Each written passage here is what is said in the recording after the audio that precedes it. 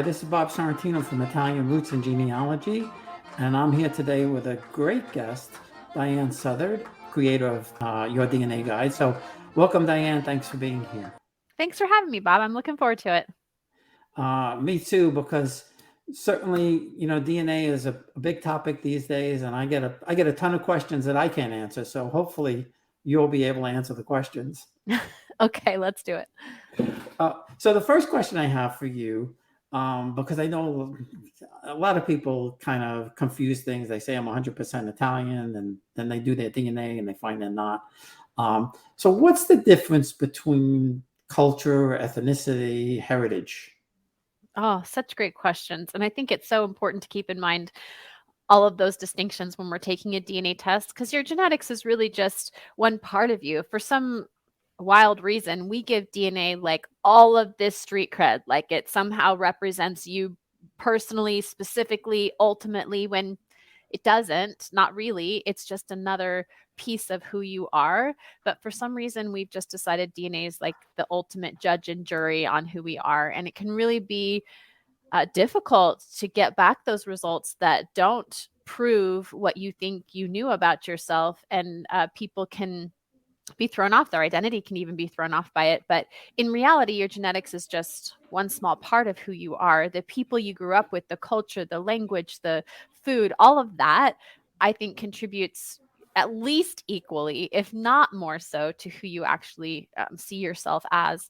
Though obviously the DNA does play a big part. Yeah, and some Italians get very upset when they find out they're not 100% Italian through their DNA, and I tell them that's not your culture. Your culture is your culture, and it's a different kind of thing. My next question is, because you mentioned it, what is a reference population?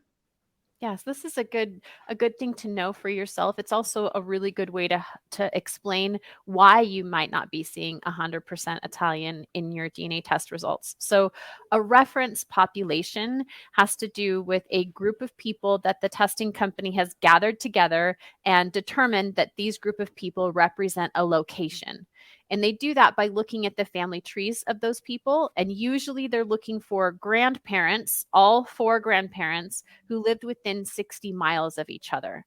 That's kind of a pretty standard qualification to be part of a reference population. So then once they find a group of these people, then they test their DNA and they look for their similarities. What's different about this group of people than about other groups of people?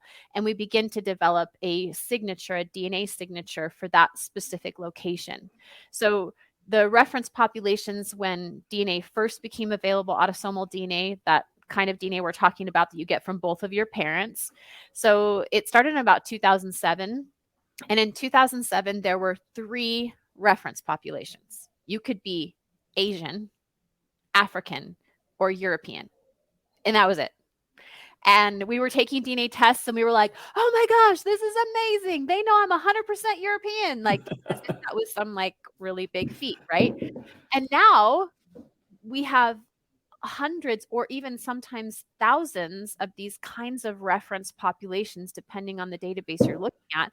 And we're getting upset because they named us as only, 92% Italian when we know we're 100%, right?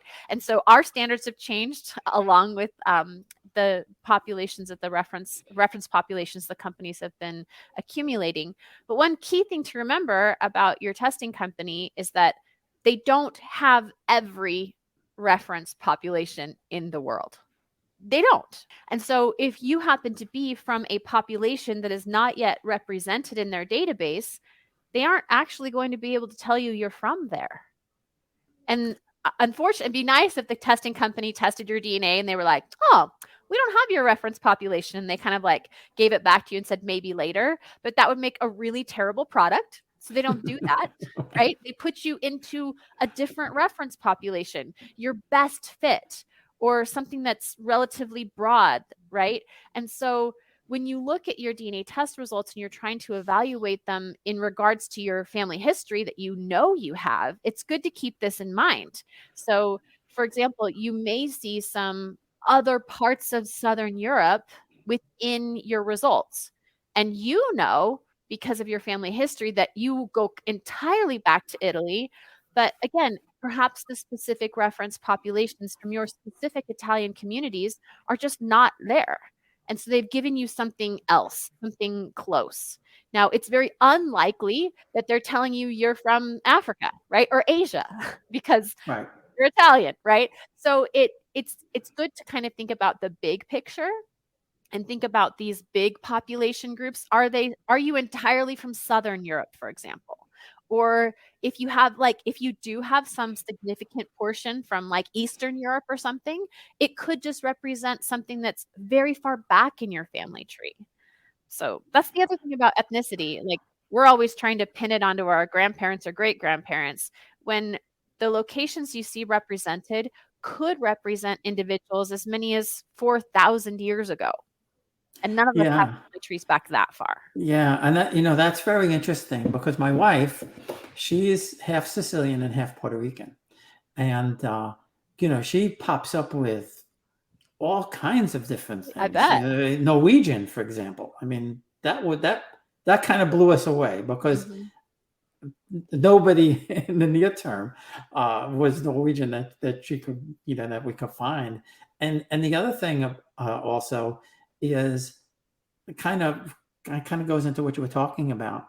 I found out that I had a Swiss second great grandmother, Elisa Moore. She her father was in the army, the Swiss Army, Swiss Guard in Naples, and that blew me away. However, that to that point, I don't see any Swiss in me. Yeah. Yeah. And that's if you think about where is Switzerland in Europe, right? And how long has Switzerland been a place? And so that's the other thing. A lot of this is really about, if you think about timing, because we have these very solid boundaries around these countries, but those are all imaginary. It's not like there's Yeah, actual boundaries around these countries. We're just drawing them on a map. I mean, sometimes there are actual mountains, right, that are boundary lines. And you can see in the genetics even that makes a big difference. To have an actual boundary does actually separate genetically one people from another. But if there's nothing, if it's literally a line on a map, there's no genetic distinction there, not really, because we haven't been living apart in these little countries for very long when you're talking about the grand scheme of things. So again, your genetics are reflecting a very long history of time, and we have this very finite view of time. yeah, exactly. I think a lot of people forget that. Yeah. So now one of the things that you had sent me, you talk about the mango theory to explain some of this. Yeah. So maybe you could briefly tell us what the mango theory is. Sure. So I like to use all kinds of analogies to help us kind of understand these things. So this idea of timing is really important. So if you went today to your grocery store and you got a mango, you could probably say that this mango is from my town, right? You just purchased it at your grocery store. It was right there. Right. So for me, I might go down. I live in Utah. So I'd go down to my grocery store. I buy myself a mango. I got them at Costco the other day, actually, a whole case. They were delicious. And I take the mango home, and it is a Utah mango. But did the mango grow here in Utah? No, definitely not. Right. We don't grow mangoes in Utah. So someplace along the line, it was somewhere else, right? Before it got to me in Utah. And so we can trace a lot of our US mango production actually to Brazil. So perhaps at some point in the not too distant past, really, that mango was hanging on a tree in Brazil. And I think at that point, all of us can confidently say it's a Brazilian mango, right? Like, it grew there. So somebody picked it off of a tree, and then they put it in a crate, and they put it maybe on a ship. And at some point, the ship was like in international waters. And if we were to ask ourselves, well, where is this mango from at that point? It's kind of hard to say. Like, is it still Brazilian, but it's headed for America? Is it American? Right. And so there's like these transition periods where people are moving and they have no homeland or whatever. And so when you're looking at the lifespan of this mango and you're asking yourself, where is this mango from? It really depends on when you're asking. At one point, it was a Brazilian mango. At one point, it was a Utah mango. So you have to ask yourself the same thing about yourself. I mean, most people right now, when you ask them, where are you from? If they aren't genealogists, they'll just say wherever they live, right? That's where they're from. Right. But almost all of us genealogists, we like to like rattle off all the things about where we're from, right? We have a little bit different perspective about from. But for most people, it's where you are right now, right? Where are you from? I'm from Utah right now. Well, where'd you grow up? Oh, well, that's different. I grew up in Washington State, right? And so we have to think of our ethnicity results in the same way. There are different timelines for these ethnicity results. Yeah. No, that's a good point. And that really explained it really, really well when I looked at that. So big question, because I know it drives everybody crazy. Why do my DNA countries differ over time or by provider? Yeah, great question. This is something that really I feel like if we don't understand it can undermine the validity of this kind of testing because it makes people feel like doesn't work or it's not real. So let me address first why you might get different results from different companies. So it has a lot to do with those reference populations we talked about. So different companies have different reference populations. So it's like kind of comparing apples to oranges. Like you think it should be the same. You're the same. You're submitting the same DNA. And we think in our heads they're going through the same process. And I'm not any different between companies. So why am I getting different results? It is really in large part because of the reference populations. They just can't give you the same results. They really can't because their data set is totally different. And it's not just reference populations. It also has to do with the algorithms, the statistics that they're using, how they're reporting results, things like that. Those all have different factors as well. And so one of the things I recommend that people do is do test at multiple companies and then try to take this broad overview of your results and see if you can find all of the similarities. So are there big percentages coming from very similar areas, even if they're named a little bit differently? Because that's the other thing. You have to choose a name for these places, and there isn't a standard naming practice really. And so they could actually be talking about the exact same place, but they have two different names. So try to think through that. Look at the map section. A lot of times the map will have like a big circle over a whole swath, and the circle is actually in the same place for both companies, but they're talking about it differently. So that's another thing to look for. But as far as when the company updates your own results and changes your own results, this again mostly has to do with reference populations. As I said, in 2007, there were 3 reference populations. And we've just been building and building and building on these ever since.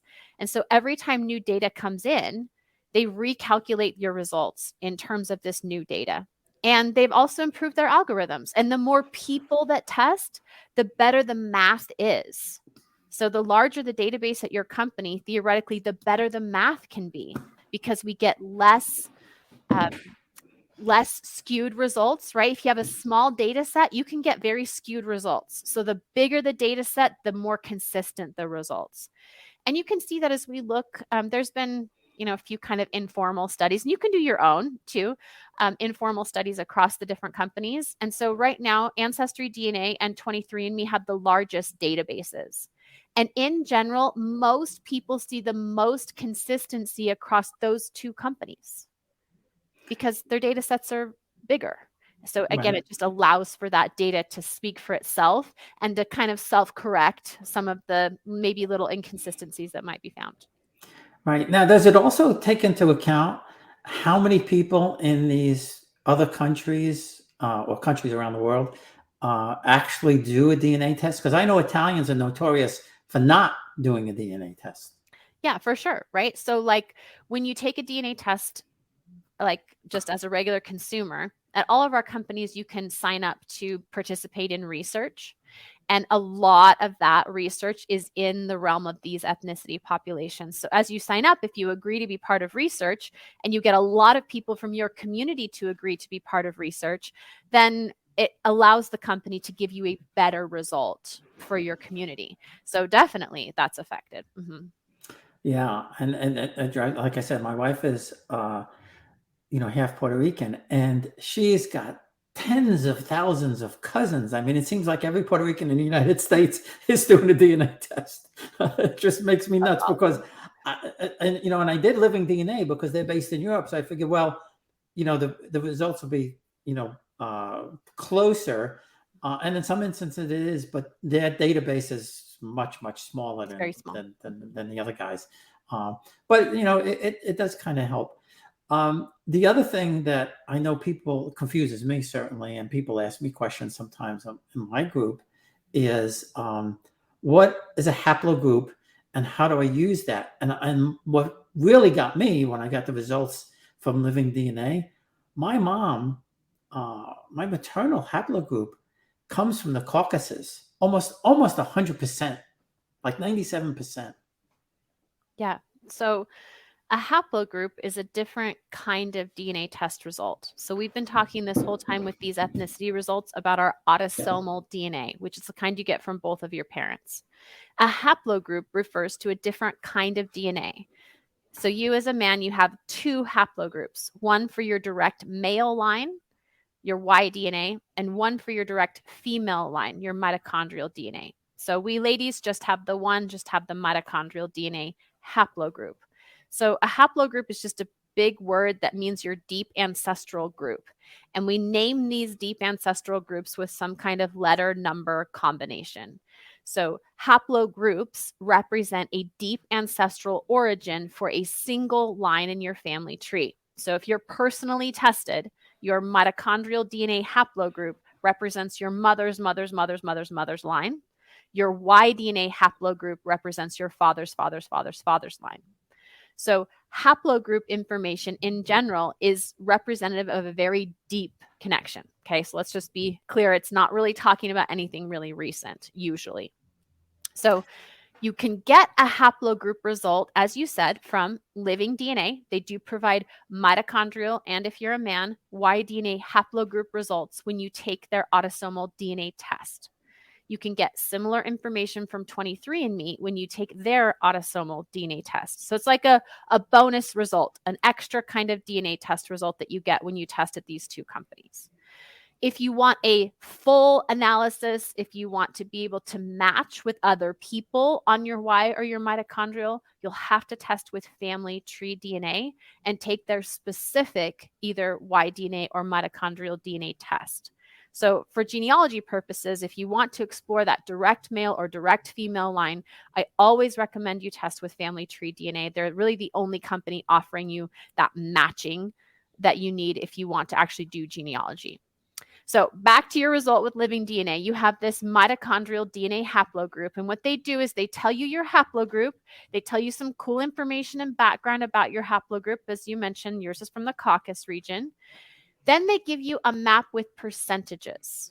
Okay, that map with percentages actually represents other people, like living people who've taken the mitochondrial DNA test and where they are from. So if you're seeing almost 100% of the other people from the Caucasus region, this represents like living people who have ties like right now to that place. So again, it's not a representation of a historical connection, but it is a representation of a more immediate modern day connection. So those are two different things. But so it's interesting. Again, it's interesting any way you look at it, but it's interesting that you see all this connection to this region. So the thing about mitochondrial DNA is even if you share the exact same mitochondrial DNA as someone else, you could be related recently, or you could be related like 2,000 years ago. And it's really hard to tell the difference. So even these people that show this connection to this place, it doesn't mean that you have a recent connection to this place or to these people, but you could be connected a very long time ago. Yeah, so it's really, and I mentioned this to somebody, it's really just showing you where people in that haplogroup live today. Yeah. It doesn't mean that they live there always or That's right. something like that. Like you mentioned, the father line, my father line is today mainly in Sardinia, Switzerland, a small little part of Spain, but mostly mountain people. Okay. So that was very interesting to see Yeah. that they have this mountain type of thing going. Just a quick comment here from Steve. Yeah, I like that, Steve. history and understanding the history of a place can really help you understand those DNA test results and why you might be seeing locations other than the ones that you see on your own family tree. Great point. We'll be right back. Experience Italy like never before, traveling with a scheduled group or create your own bespoke tour with friends with philitaly.com. Pack your bags and follow Phil.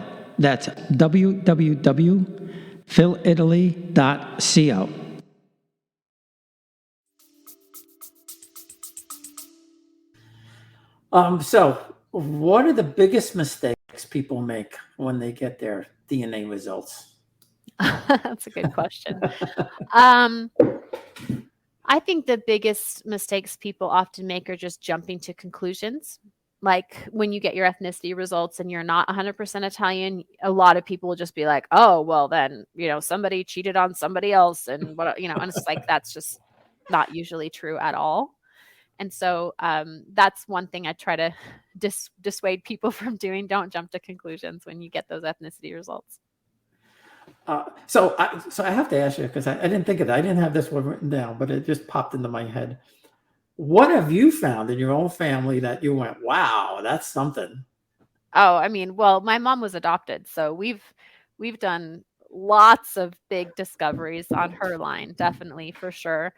But I've also made littler discoveries, like with my dad's line. Like, for example, I didn't realize, I mean, it's right there in my family tree, but I'd never really made the connection necessarily that he has in his family 2 brothers who married 2 sisters, which happens pretty often. Yeah. But I didn't really recognize it until I saw the DNA test results, and I had some cousins who were sharing way more DNA than they should have with my dad. And I was like, what's with this? And so, looking back, I see this double cousin relationship, and it shows up in the DNA really strongly. And so it was always on my tree. I had just never, they were, they're the other lines. You pay attention to your own lines, but I hadn't really realized that 2 brothers married 2 sisters. And that was super easy to spot with the DNA results. So Yeah, and like you said, that wasn't really uncommon. My uncle, my great uncle, he actually married his. Now this was, I guess they were in the States by then, but he married his first cousin. She passed away, and he married her sister.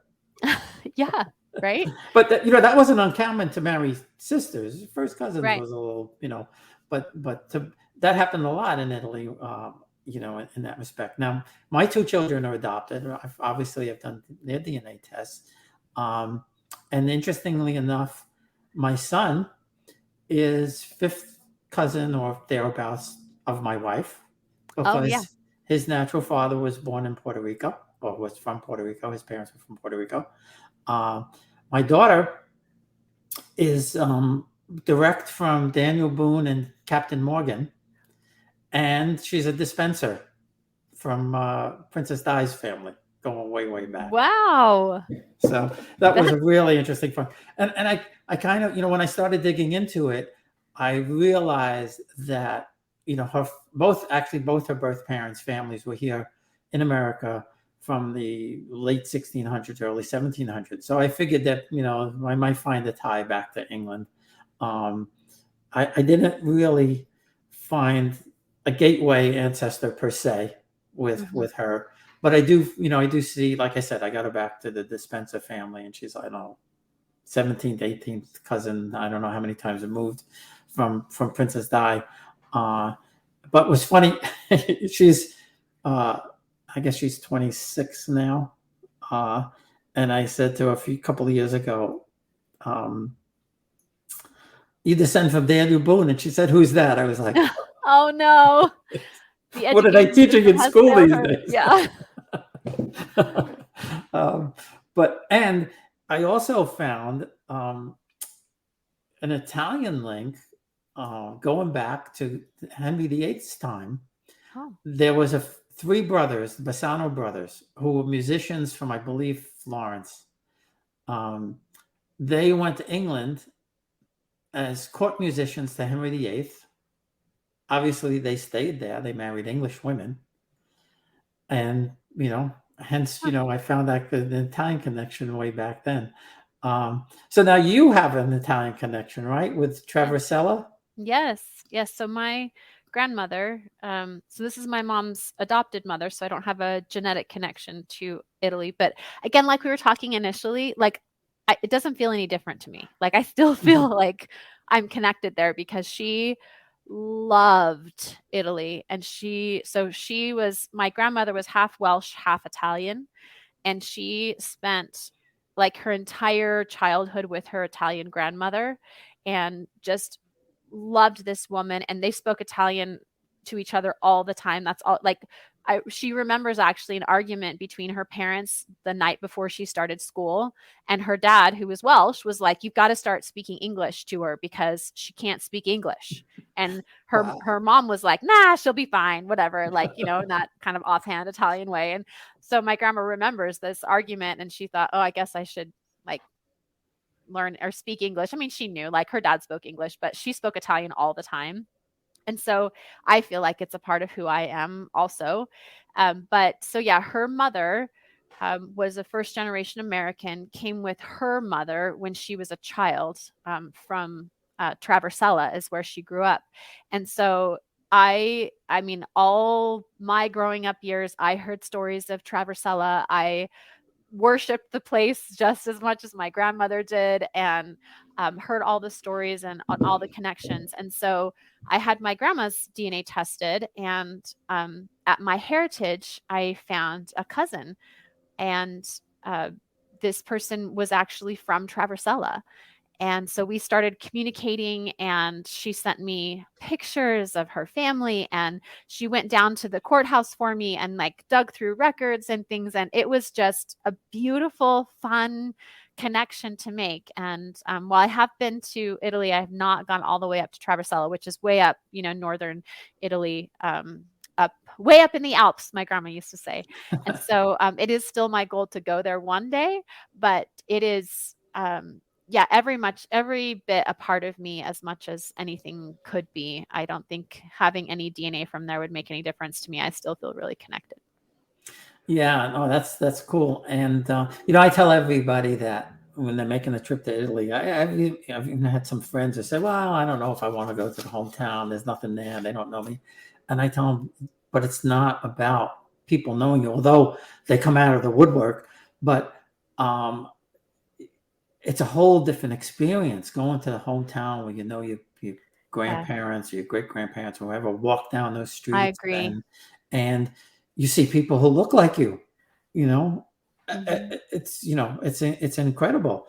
And I don't know about you, but I don't believe any of this stuff is accidental, especially for those who have doing it a long time. I really feel that the ancestors want to be found, and there's been too many things, too many stories I've heard um, that just can't be a coincidence when people are in their hometown or doing something like that. Um, so for someone who either just did their DNA and they're waiting for the results, or thinking about it but haven't done it, or afraid that somebody's gonna tell the police about them, what what advice do you have for people just starting out?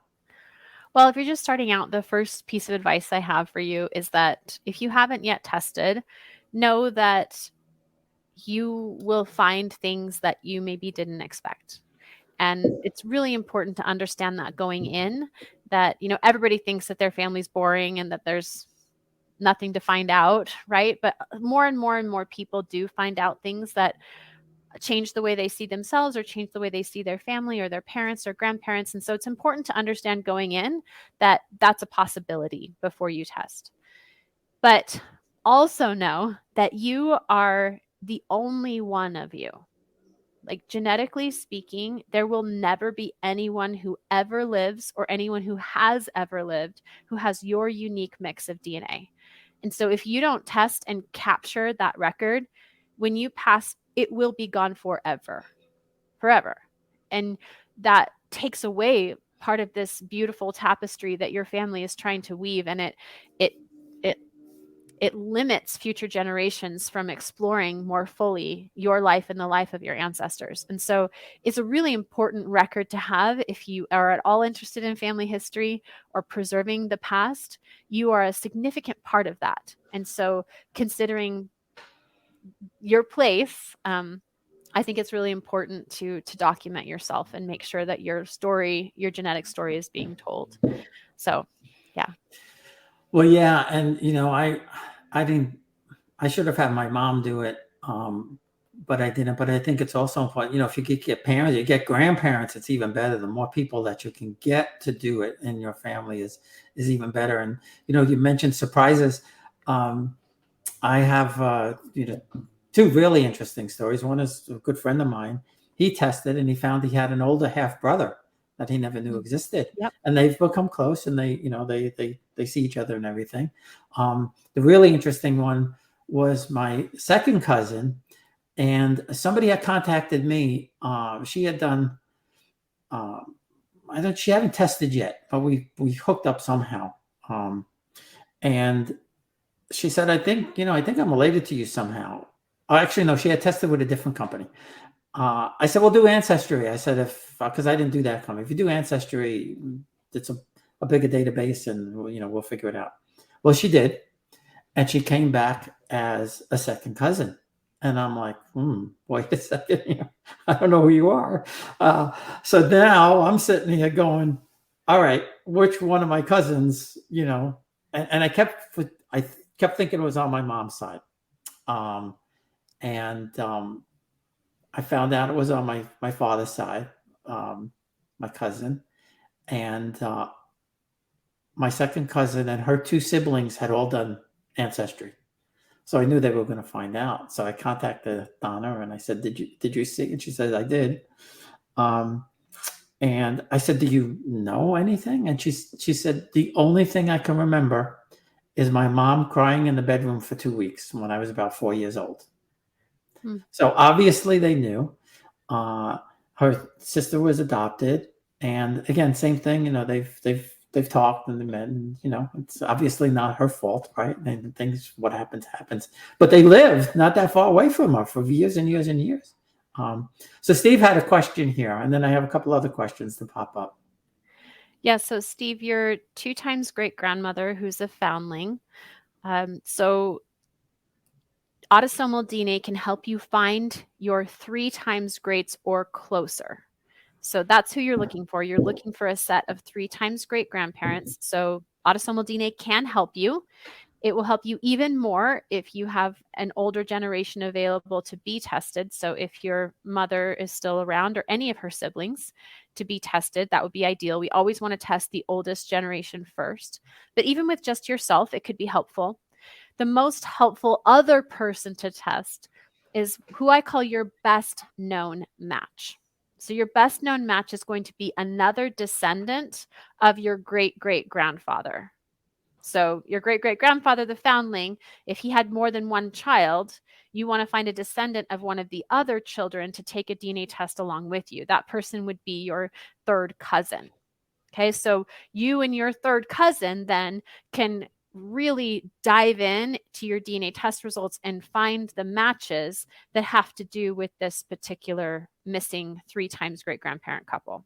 So the more third cousins you can get tested from this ancestor, the more complete your research will be and the easier it will be. Oh, that's great. That's super. We have another question from Lori. Okay, so can you get regional DNA information such as the south or north of Italy? And it depends on who you test with. So if you test with family tree DNA, no, not really.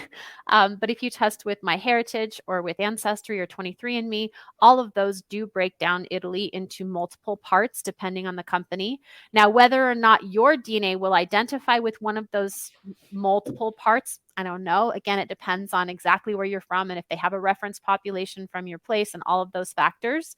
But there's a really good chance that you would get something regional back from one of those 3 companies. And then we have a question from Pamela.